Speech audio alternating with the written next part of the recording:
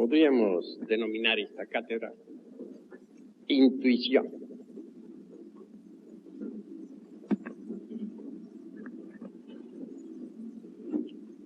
Ante todo, hemos de empezar por la base, el hombre. ¿De dónde venimos? ¿Para dónde vamos? ¿Cuál es el objeto de nuestra existencia? ¿Para qué existimos? ¿Por qué existimos? He ahí una serie de interrogantes que debemos aclarar y resolver.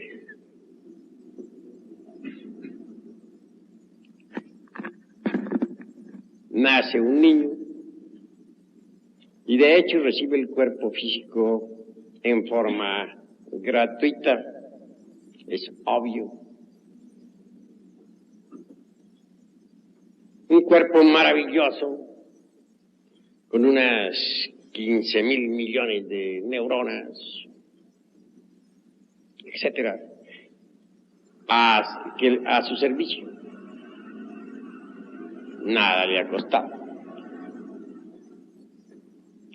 Conforme el niño va creciendo, la mente sensual se va abriendo poco a poco.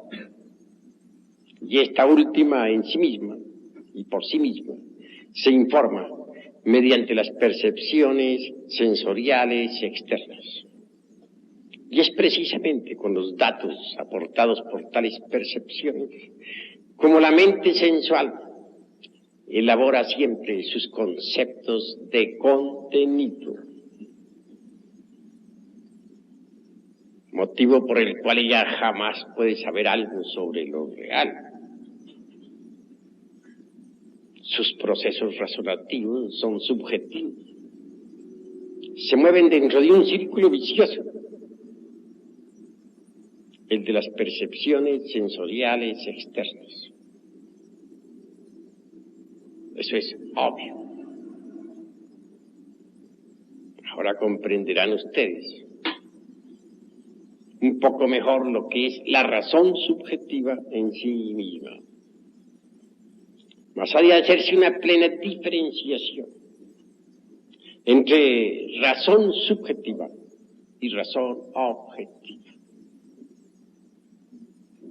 Es obvio que el niño tiene que pasar por todos los procesos educacionales, kinder, primaria, secundaria, prepa y hasta universidad. La razón subjetiva se nutre con todos los datos que las distintas instituciones escolásticas le aportan. Es en verdad que ningún instituto docente podría dar al niño o al joven o al adolescente datos exactos sobre eso que no es del tiempo, sobre eso que es lo real. En verdad, hermanos, que las especulaciones de la razón subjetiva vienen a conducir, pues, al intelectual, al terreno absurdo, dijéramos, del utopismo, o en el mejor de los casos, de las simples opiniones de tipo subjetivo, etc. Mas nunca a la experiencia verdadera de eso que no es del tiempo, de eso que es la verdad. En cambio, la razón objetiva, que desgraciadamente no recibe ninguna instrucción, para la cual no hay escuelas, permanece siempre abandonada. Indubitablemente, los procesos razonativos de la razón objetiva obviamente, nos conducen, dijéramos, a postulados exactos y perfectos. Pero el niño, desde el principio, es educado subjetivamente. Para él no existe ninguna forma de instrucción superior.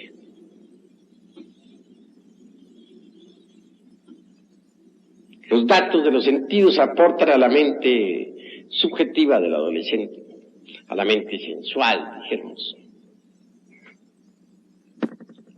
Todas las cuestiones escolásticas, de familia, etcétera, que son meramente empíricas y subjetivas. Y eso es lo lamentable. En principio el niño no ha perdido todavía la capacidad de asombro. Obviamente se asombra ante cualquier fenómeno. Un hermoso juguete despierta en él ese asombro. Y se divierten los niños con sus juguetes. Mas conforme va creciendo, y conforme su mente sensual va recibiendo datos de la escuela, del colegio, la capacidad de asombro va desapareciendo.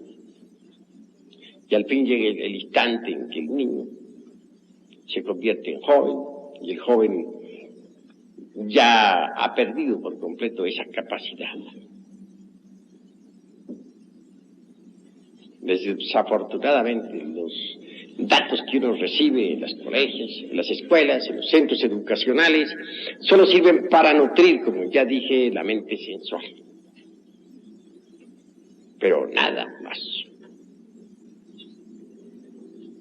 De esa forma y con esos sistemas de educación actuales, lo único que realmente se logra es forjarnos en la escuela, en la academia, en la universidad, una personalidad artificiosa. Téngase en cuenta, mis caros hermanos, que en realidad de verdad los conocimientos que se estudian en humanidades jamás servirían para formar al hombre psicológico. En nombre de la verdad hemos de decir claramente que las materias que se estudian actualmente en los institutos docentes no tienen relación alguna con las distintas partes del ser. Por eso es que solo sirven para falsear los 5 cilindros de la máquina orgánica, quitarnos la capacidad de asombro, desarrollar la mente sensual y forjar en nosotros una personalidad falsa. Y eso es todo.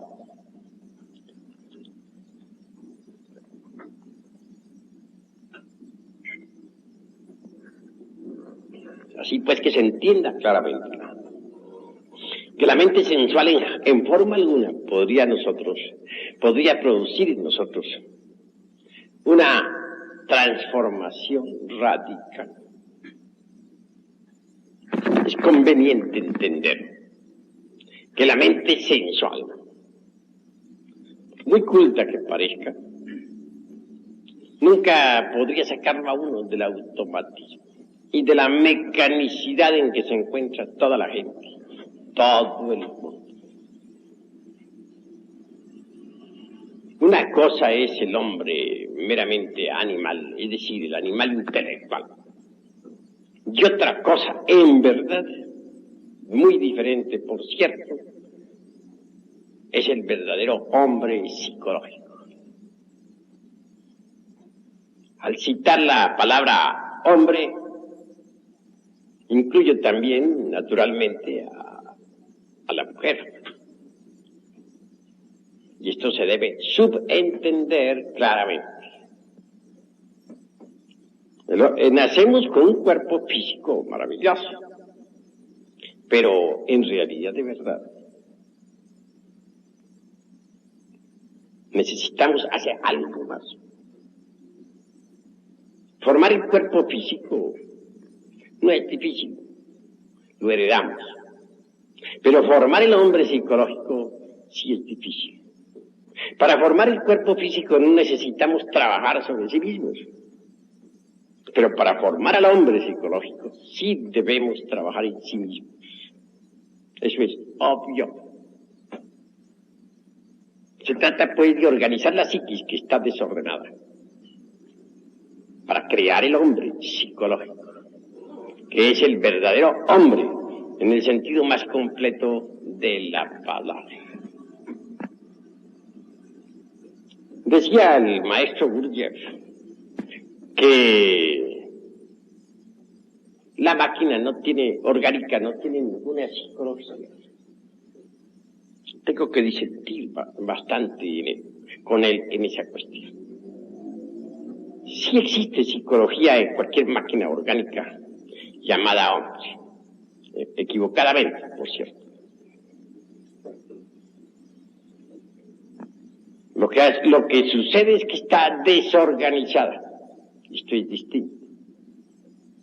Organizar esa psicología dentro del animal intelectual es lo urgente, lo inaplazable, lo impostergable. Si es que queremos en verdad crear el verdadero hombre, que es el hombre psicológico. Distíngase pues entre el animal intelectual, equivocadamente llamado hombre, y el verdadero y auténtico hombre psicológico. Nosotros necesitamos trabajar sobre sí mismos, si es que queremos crear a tal hombre. Sin embargo, hay lucha en nosotros. La mente sensual es enemiga declarada de la mente superior. La mente sensual se identifica con cualquier circunstancia. Si, por ejemplo, de pronto nos hallamos en un píparo banquete, nos identificamos tanto con las viandas que nos convertimos en glotones. Si se nos brinda una copa, nos identificamos tanto con el vino que terminamos embriagos.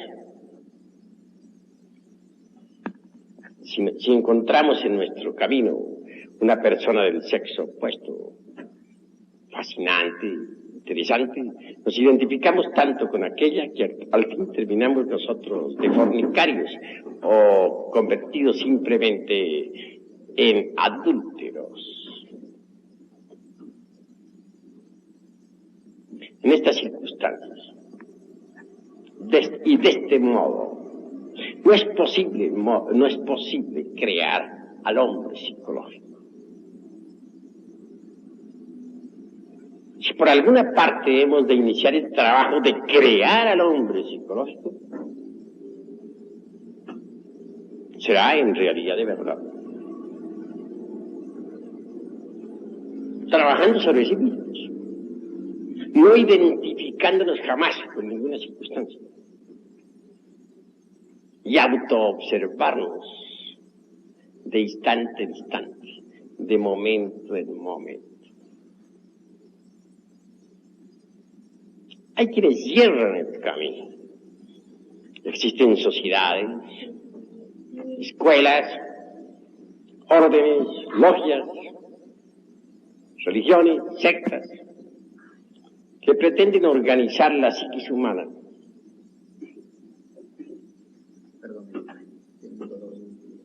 ¿Cómo? Es muy normal. Pretenden organizar la psiquis humana mediante ciertas máximas que llamaríamos de oro. Comunidades que pretenden mediante tal o cual máxima comportarse en todas las circunstancias de la vida, a fin de conseguir algo que ellos llamarían purificación, santidad, etcétera. Todo esto es urgente a analizarlo. Es obvio que una máxima, cualquiera, de tipo ético, religiosa, nunca podría servir de patrón para los distintos aconteceres de la vida. Una máxima, aún estructurada, con la lógica superior de un Ouspensky, por ejemplo. En verdad, que jamás podría crear un nuevo cosmos, ni una nueva naturaleza. Supeditarnos estrictamente a una máxima, con el propósito de organizar nuestra psiquis, sería absurdo. Esto significaría convertirnos en esclavos, obviamente.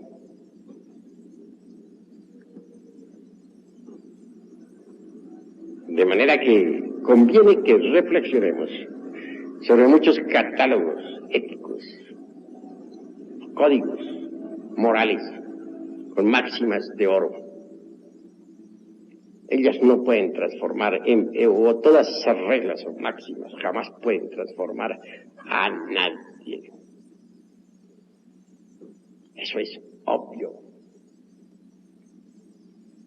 Además, hay factores que hay que analizar antes de poder entrar uno en el trabajo de organizar la psiquis. Incuestionablemente, un enunciado demostrativo, por ejemplo, por muy rico que él fuese, perfecto, podría ser falso. Y lo que es peor, intencionalmente falso.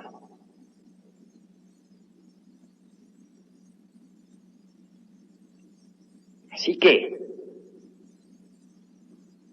al intentar nosotros una transformación de sí mismos, tenemos que volvernos un poco más individuales. No quiero decir egoístas.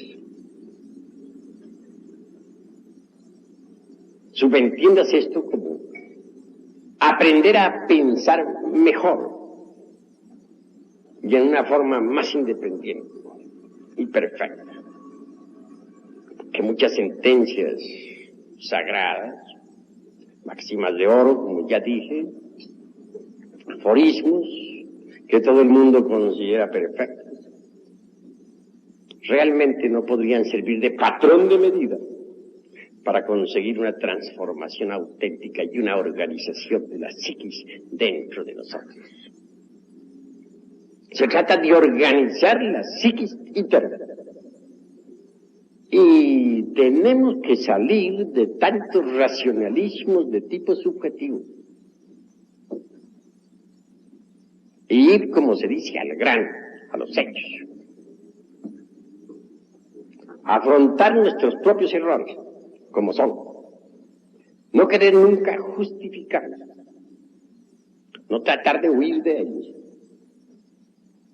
No intentar disculparlos. Se necesita que nos volvamos más serios en la analítica. Tenemos que ser, digamos, más juiciosos, más comprensivos.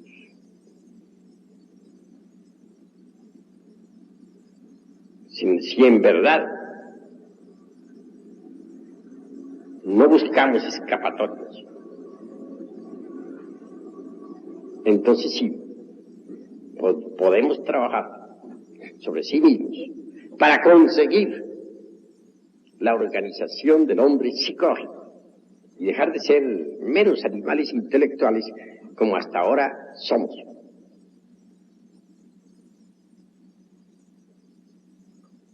autoobservación psicológica es básica. Se necesita en verdad autoobservarnos de instante en instante, de segundo en segundo. ¿Con qué objeto? Uno, ¿cuál? Descubrir nuestros defectos de tipo psicológico. Pero descubrirlos en el terreno de los hechos. Observarlos directamente, juiciosamente, sin evasivas, sin disculpas, sin escapatorias de ninguna especie. Una vez que un defecto ha sido debidamente descubierto, entonces, y solo entonces, podemos nosotros comprenderlo. Y al intentar comprenderlo, debemos, repito, ser severos consigo mismos. Muchos cuando intentan comprender un error, lo justifican, o lo evaden, o lo esconden de sí mismos. Y eso es absurdo. Hay también algunos hermanitos gnósticos que al descubrir tal o cual defecto en sí mismos, comienzan con su mente, dijéramos, teorética, a hacer especulaciones. Y eso es gravísimo, porque como ya dije, lo repito hasta ahora, en este momento, las especulaciones de la mente meramente subjetiva van a desembocar forzosamente en el terreno del utopismo. Eso es claro. Así pues, si se quiere entender un error, las especulaciones meramente subjetivas deben ser eliminadas. Para que sean eliminadas se necesita haber observado el error directamente. Solo así, mediante una correcta observación, es posible corregir la tendencia a la especulación.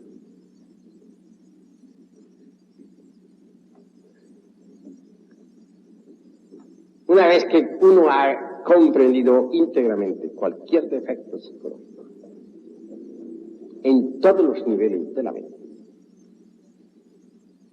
entonces sí puede darse el lujo de quebrantarlos, de desintegrarlos, de reducirlos a ceniza, a polvareda cósmica.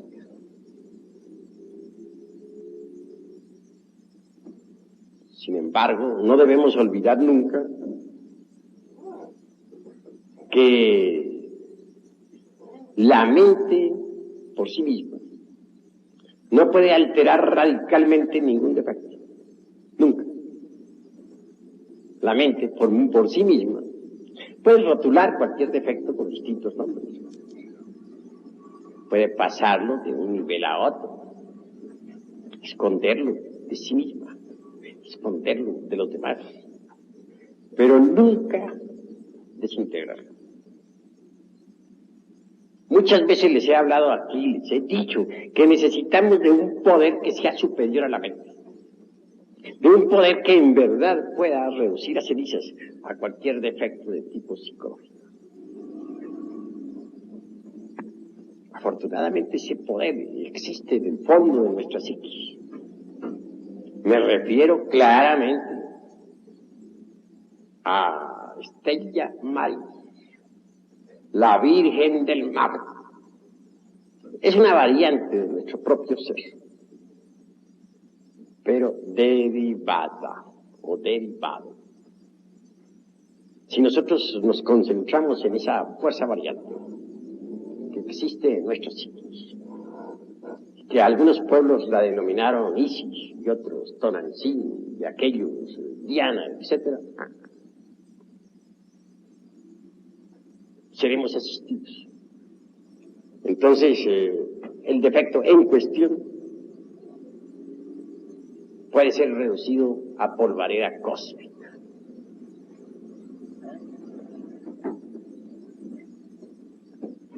Cualquier agregado psíquico, viva personificación de tal o cual error, una vez que ha sido desintegrado, libera algo. Eso se llama esencia. Es claro que dentro de cualquiera de esas botellas, conocidas como agregados psíquicos, existe esencia o conciencia anímica enfrascada. O sea, al quebrantarse este o aquel error, el porcentaje de esencia allí depositado o embotellado es liberado. Cada vez que un porcentaje de esencia búdica es liberada, aumenta de hecho y por derecho propio el porcentaje de conciencia. Y así conforme nosotros vamos quebrantando los agregados psíquicos, el porcentaje de conciencia despierta se irá multiplicando. Y cuando la totalidad de los agregados psíquicos sea reducida a cenizas, la conciencia habrá despertado también en su totalidad. Si tan solo hemos quebrantado un 50% de elementos psíquicos inhumanos, indeseables, poseeremos obviamente un 50% de conciencia objetiva, despierta. Mas si nosotros conseguimos quebrantar el 100% de los agregados psíquicos indeseables, lograremos de hecho y por derecho propio un 100% de conciencia objetiva. Así es que, a base de multiplicaciones incesantes, nuestra conciencia irá resplandeciendo cada vez más. Eso es obvio. Lograr el absoluto despertar es lo que queremos nosotros. Y es posible lograrlo si marchamos por el camino correcto. De lo contrario, no sería posible lograrlo. Eso es claro. En todo caso, a medida que nosotros vayamos quebrantando los elementos psíquicos indeseables que en nuestro interior cargamos, distintos psiquis o facultades luminosas irán aflorando en nuestra psiquis. Cuando se haya conseguido la aniquilación budista, entonces en verdad habremos conseguido la más absoluta iluminación. Esta palabra aniquilación budista molesta mucho a determinadas organizaciones de tipo pseudo-esoterista y pseudo-ocultista. A nosotros, en vez de fastidiarnos tal palabra, nos agrada realmente. Conseguir el 100% de conciencia es algo anhelable. Son muchos los que quisieran tener la iluminación. Son muchos los que se sienten amargados, los que padecen entre las tinieblas, los que sufren por las distintas circunstancias amargas de la vida. La iluminación es algo muy anhelable. Pero la iluminación tiene una razón de ser. La iluminación, la razón de ser de la iluminación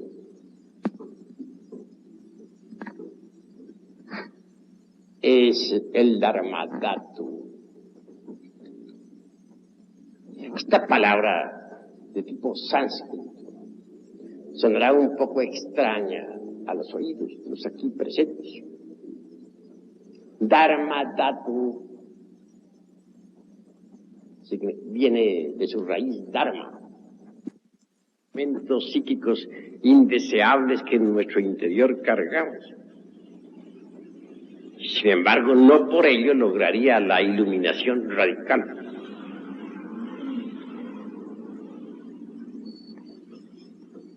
Aquí entra en juego eso que se llama el tercer factor de la revolución de la conciencia, el del sacrificio por la humanidad.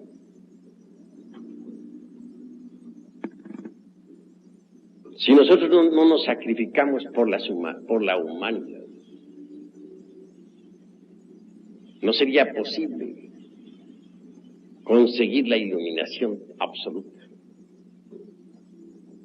Porque, repito, la razón de ser de la iluminación es el Dharmadhatu. Es obvio que si desintegramos el ego, se nos paga. Es cierto y de toda verdad que si creamos los cuerpos existenciales superiores del ser, se nos paga. No podemos negar que si nosotros nos sacrificamos por nuestros semejantes, se nos paga. Todo eso es indubitable. Para conseguir la iluminación absoluta, se necesita trabajar con los tres factores de la revolución de la conciencia. Nacer, es decir, crear los vehículos existenciales superiores del ser. Morir, desintegrar el ego en su totalidad. Sacrificio por la humanidad. He ahí los tres factores de la revolución de la conciencia. Pero como les decía a ustedes, tenemos que saber trabajar sobre sí mismos. Eso es obvio. Necesitamos organizar al hombre psicológico dentro de sí mismos. Primero que todo, antes de conseguir nosotros la iluminación absoluta. El hombre psicológico debe nacer en nosotros. Y nace en nosotros cuando se organiza la psiquis. Hay que organizar la psiquis dentro de sí mismos, aquí y ahora. Si nosotros trabajamos correctamente, organizamos la psiquis. Por ejemplo, si no malgastamos las energías del centro emocional, si no malgastamos las energías de la mente o del cerebro motor instintivo sexual, es obvio que con tal reserva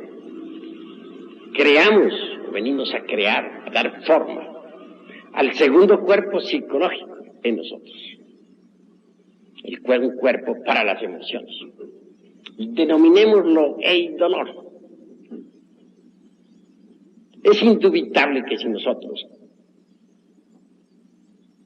nos libertamos de la mente sensual,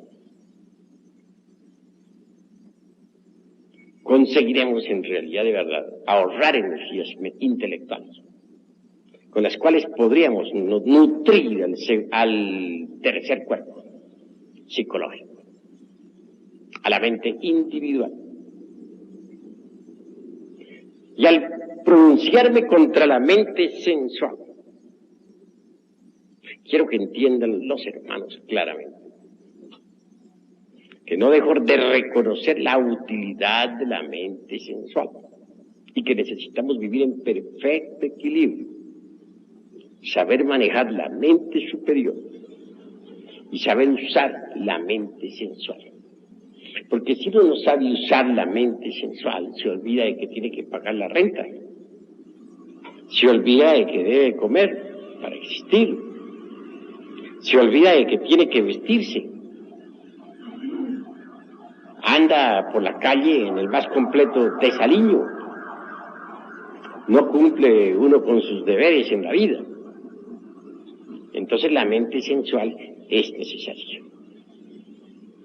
Pero hay que saberla manejar inteligentemente, con equilibrio. Es decir, la mente superior y la mente sensual deben equilibrarse en la vida. Eso es obvio. Hay gentes que se preocupan únicamente por la mente superior. Ejemplo, determinados eremitas que viven en cavernas en los Himalayas y olvidan que tienen una mente sensual. Desecharla simplemente así porque sí es absurdo. Se necesita que la mente sensual funcione en forma equilibrada para cumplir uno con sus deberes en la vida. La pugna entre la mente superior y la sensual es espantosa. Recordemos nosotros al Cristo cuando estuvo en su ayuno en el desierto. Se le presenta un demonio y le dice: todos estos reinos del mundo te los entregaré si te arrodillas y me adoras. Es decir, la mente sensual tentándolo. Y responde la mente superior diciendo: Satán, Satán, escrito está, al Señor tu Dios adorarás y a Él solo obedecerás. No se dejó Jesús dominar por la mente sensual. Pero esto no quiere decir que no sea útil talmente. Lo que sucede es que hay que tenerla bajo control y que debe marchar en perfecto equilibrio con la mente superior. Al tratar de organizar al hombre psicológico, obviamente sucederá una pugna espantosa entre las dos mentes, la superior psicológica y la sensual. La mente sensual no quiere nada que se relacione con la mente superior. La mente sensual goza cuando se identifica con una escena de lujuria, o cuando se identifica con un acontecimiento doloroso en la calle, o cuando se identifica con una copa de vino, etc. La mente psicológica se opone violentamente. Voy a ilustrar esto con un ejemplo. Iba de pronto en un carro. Alguien conducía el automóvil.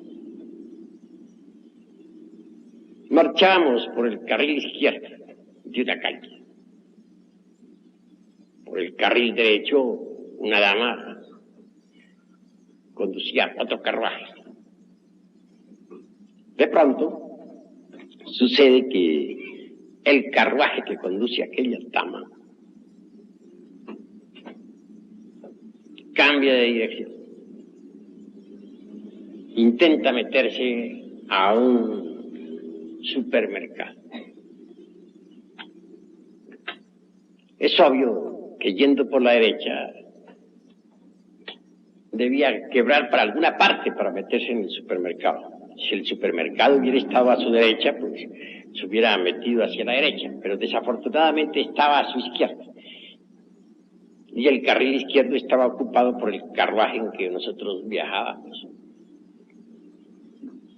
No le importa a aquella dama absolutamente nada y definitivamente quiebra hacia la izquierda, claro, viniendo a chocar con el carruaje en el que nosotros íbamos. Los daños no fueron graves, fueron mínimos para aquel otro carro. Pero aquí viene lo interesante. Como quiera que en el carro en que viajara mi insignificante persona,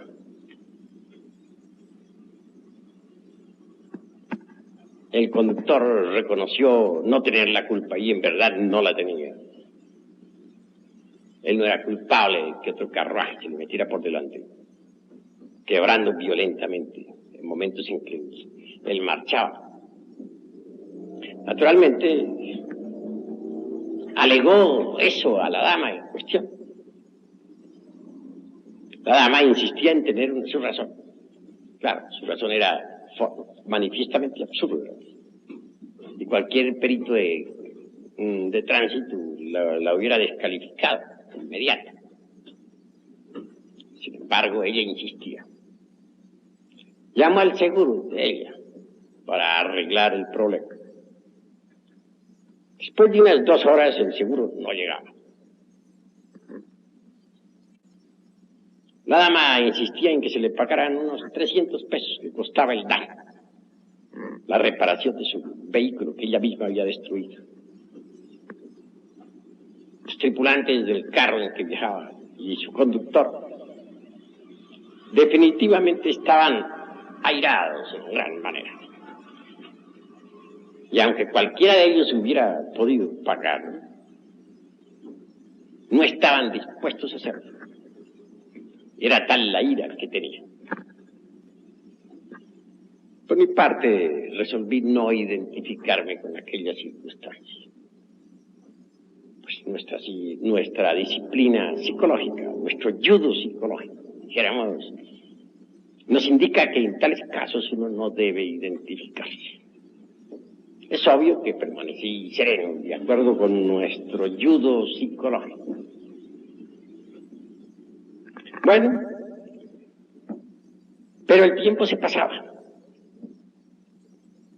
2 horas, y posiblemente muchas más.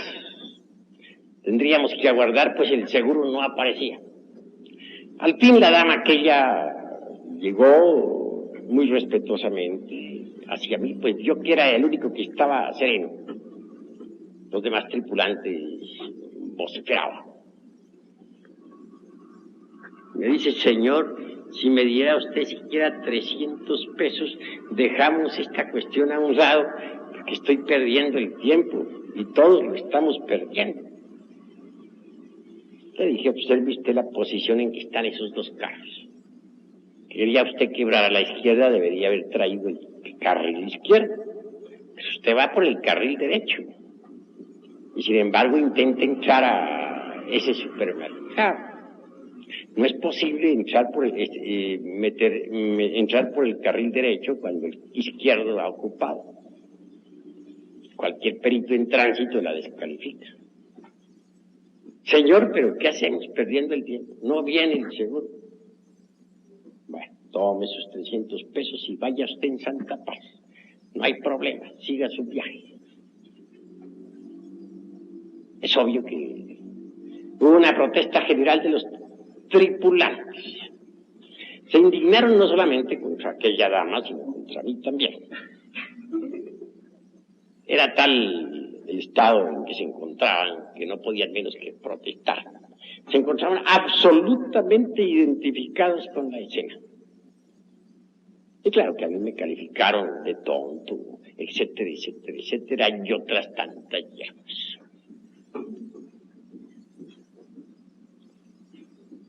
Claro, uno de los tripulantes avanzó directo hacia las damas con el propósito de insultarlas. Que serán varios.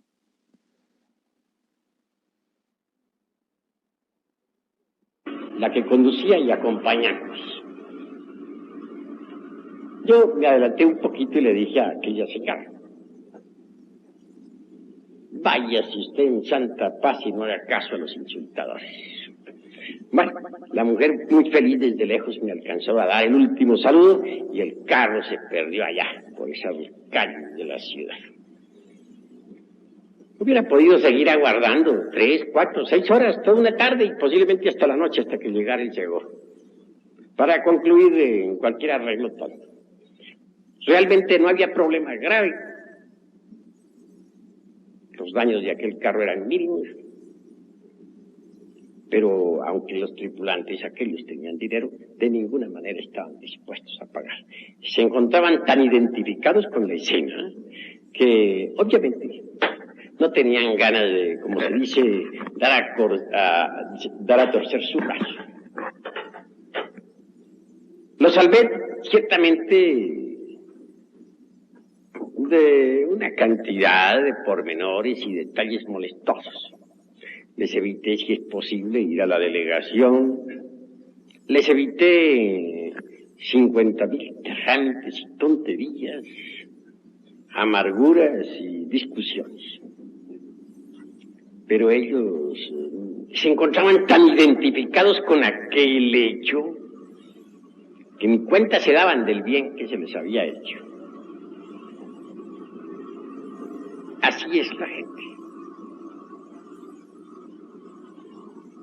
De manera que, mis queridos amigos, en realidad de verdad deben ustedes entender que identificarse con las circunstancias trae problemas. Es absurdo identificarse con las circunstancias. Completamente absurdo. Se gastan las energías. ¿Con qué energías organizaría uno, por ejemplo, el cuerpo astral, si se deja llevar de esos estallidos de ira, de esos berrinches espantosos, de esos corajes que no tienen razón de ser? Todo por identificarse con las circunstancias. ¿Con qué fuerzas podría darse uno el lujo de crearse una mente individual? Si uno en verdad, de verdad, despilfarra sus energías intelectuales, las malgasta en tonterías de hechos similares a los que he contado. La creación del segundo cuerpo nos invita a ahorrar energías emocionales.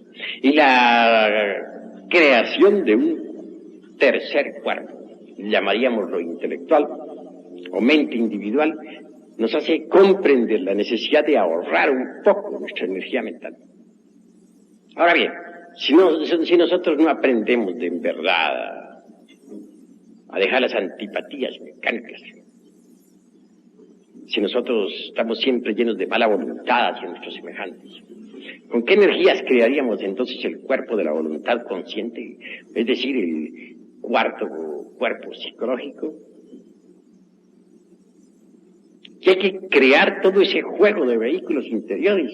Y si es que queremos en verdad crear dentro de sí mismos, o fabricar dentro de sí mismos, o dar forma dentro de sí mismos al hombre psicológico. Bien sabemos que alguien que posea el cuerpo físico, y un segundo cuerpo de tipo emocional, psicológico, y un tercer cuerpo de tipo mental, individual, y un cuarto cuerpo de tipo volitivo, consciente, puede darse el lujo de recibir esos principios anímicos para convertirse en hombre. Eso es indubitable.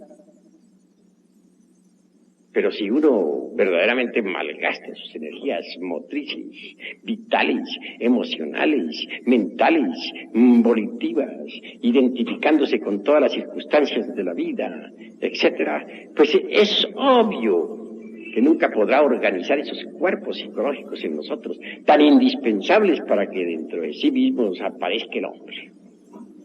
Así que cuando hablo de organizar la psiquis, debe saberse entender. Tenemos que manejar energías, saberlas utilizar, no identificarnos para no malgastar nuestras energías torpemente. No olvidarnos de sí mismos. Cuando uno se olvida de sí mismo, se identifica. Y cuando se identifica, entonces no puede dar forma a la psiquis. No puede hacer que la psiquis, se estructure inteligentemente en sí mismo. Porque malgasta las energías torpemente. Esto es urgente entenderlo, mis queridos hermanos. Así pues, un hombre verdadero es un hombre que ha ahorrado sus energías, que mediante las mismas ha podido crear los cuerpos existenciales superiores del ser. Un hombre verdadero es aquel que ha recibido sus principios anímicos y espirituales. Un hombre perfecto es aquel que ha desintegrado, dijéramos, todos los elementos psíquicos inhumanos, y que en vez de tales elementos indeseables ha dado forma al hombre interior. El hombre interior es lo que cuenta. El hombre interior recibe su pago. La gran ley le paga. El hombre interior está despierto porque ha desintegrado el ego. El hombre real, verdadero, que se sacrifica por sus semejantes, obviamente consigue la iluminación. Así, crear el hombre es lo primero. Es lo fundamental. Esto se consigue organizando la psiquis. Pero muchos, en vez de dedicarse a organizar su propia psiquis íntima, se preocupan exclusivamente por desarrollar poderes o psiquis inferiores. Y eso es absurdo. ¿Con qué vamos a empezar nosotros? ¿A organizar la psiquis o a desarrollar poderes inferiores? ¿Qué es lo que queremos? Tenemos que ser juiciosos nosotros en el análisis, juiciosos en nuestros anhelos. Si es poder lo que estamos buscando, perdemos el tiempo miserablemente. Creo que lo fundamental es que organicemos nuestra psiquis interior. Eso es lo básico. Si ustedes lo entienden a sí mismos y trabajan en sí mismos, conseguirán darle forma a la psiquis. Entonces el hombre real, el hombre verdadero, habrá nacido en ustedes. Entiendan esto. Mejor es que, en vez de andar buscando psiquis inferiores, o poderes inferiores, como decimos nosotros, demos forma a la psiquis. Hay un poder trascendental que nace en cualquier hombre que verdaderamente ha trabajado sobre sí mismo. Me refiero en forma enfática a la intuición. La intuición. Y cito esto para que dejen ustedes de codiciar poderes. Pero ¿cuál es esa facultad? Se nos ha dicho que está relacionada con la glándula pinealis. No lo niego, pero lo interesante es explicar cuáles son sus funciones.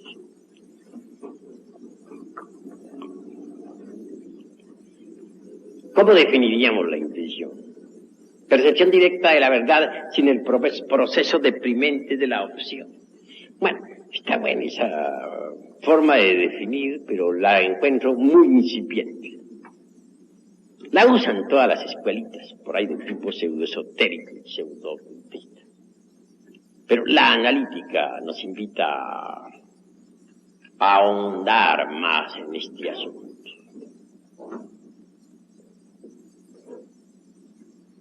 ¿Qué es la intuición?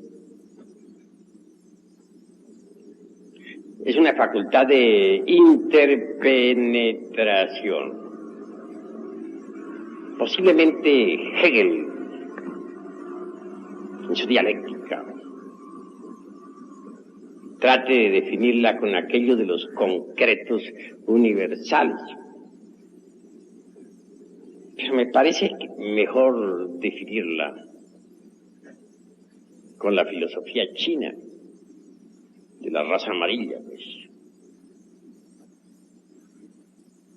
Una emperatriz china no entendía bien esta cuestión de la intuición. Un sabio le explicó que era la facultad de interpenetración.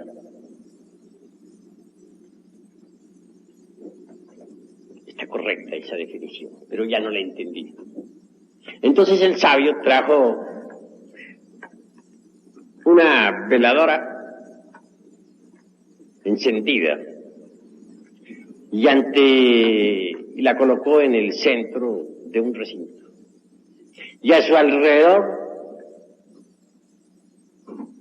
colocó también 10 espejos. Entonces es claro que la lumbre de aquella veladora se reflejaba en un espejo. Y ese espejo la proyectaba a otro espejo. Y el otro espejo la proyectaba al otro. Y el otro al otro. Y así totaron que los 10 espejos mutuamente se proyectaban la luz uno a otro. Se formó un juego de luces maravilloso. Un juego con interpenetración. La emperatriz entendió. He ahí la facultad, la intuición. Si alguien ha logrado la aniquilación budista,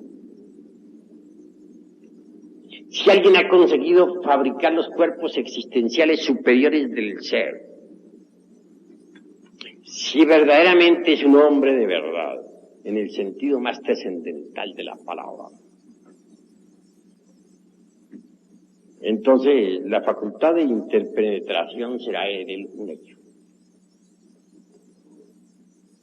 Téngase en cuenta que uno está contenido en el cosmos. Mejor dicho, uno es una parte de un todo.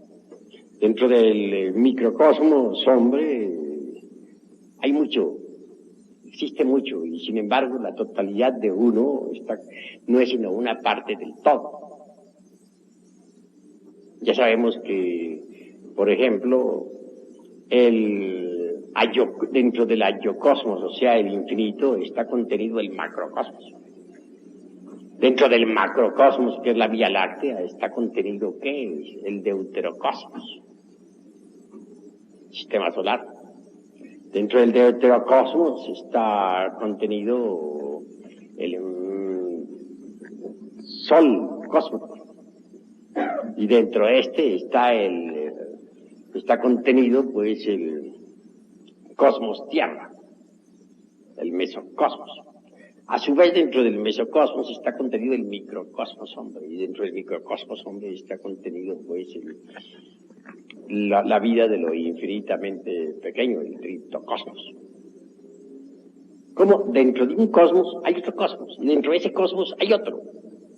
Y por todo hay 7 cosmos, unos contenidos en otros. De manera que dentro de nosotros hay un cosmos inferior. Eso es claro, el triptocosmos. Y un cosmos superior. Es claro, el mesocosmos. Es decir, nosotros estamos entre un cosmos superior y un cosmos inferior. Estamos también muy relacionados. Que nuestros padres, pues, nos dieron origen. A su vez, de nosotros devienen los hijos, los nietos. Todos estamos interpenetrándonos mutuamente. Así la interpenetración es una ley perfectamente definida por la dialéctica de Hegel, con sus famosos conceptos que ya he dado forma, que ya he explicado. Indubitablemente, mis queridos amigos, la existencia de un mundo cualquiera, su nacimiento, su desarrollo y muerte, queda reflejándose también dentro del hombre verdadero, que ha logrado la aniquilación budista. Entonces, puede decir, bueno, conozco la historia de ese planeta. Todo el Mahamvantara puede reflejarse en la uña de un hombre auténtico. Y si reflejarse con tanta exactitud que el Buda ese no ignore nada. Todo lo que pueda suceder a una nación puede reflejarse en la psiquis de un hombre que ha pasado por la aniquilación budista. Y reflejarse con tanta precisión, con tanto detalle, que claro, no llegue a ignorar ni el más insignificante acontecer. Así pues, deduzcan ustedes, o infieran de lo que he dicho, lo que es la intuición, la facultad de interpenetración. Si conseguimos que toda la historia de esta galaxia se refleje en nosotros, ¿ignoraríamos algo, por ejemplo, en relación con la galaxia? Sí, claro que no. La galaxia, con todos sus procesos, puede reflejarse en nuestra psiquis, con tanta naturalidad, mis queridos hermanos, como la veladora aquella del ejemplo que he puesto, que se reflejaba en los espejos, en los 10 espejos que sirvieron para ilustrar a la emperatriz. Si todas las criaturas pueden reflejarse en la psiquis de un Buda de contemplación, porque ya no tiene agregados psíquicos inhumanos que desintegrar. Entonces de hecho, consigue mediante la intuición eso que podríamos definir como omnisciencia.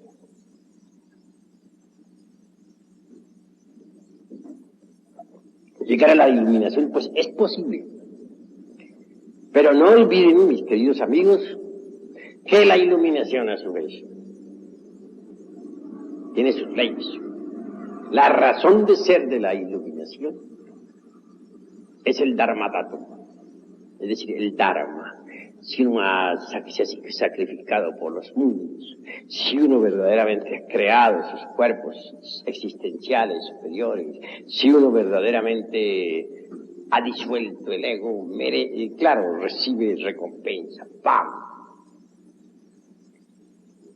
Porque solamente en la región del dharmatattva es posible la iluminación interior profunda. Así pues, como quiera que lo vital es que un día lleguen ustedes a la iluminación, deben empezar desde ahora mismo por organizar su psiquis. Eso es obvio. Necesitamos que a través de nuestros trabajos y mediante la iluminación, un día podamos nosotros dar el gran salto para caer en el vacío iluminador. Distíngase entre la mecánica de la relatividad y el vacío iluminador. Lo importante para nosotros es escaparnos de este mundo de la relatividad, de este mundo de causas y efectos, de este mundo donde reina el dolor.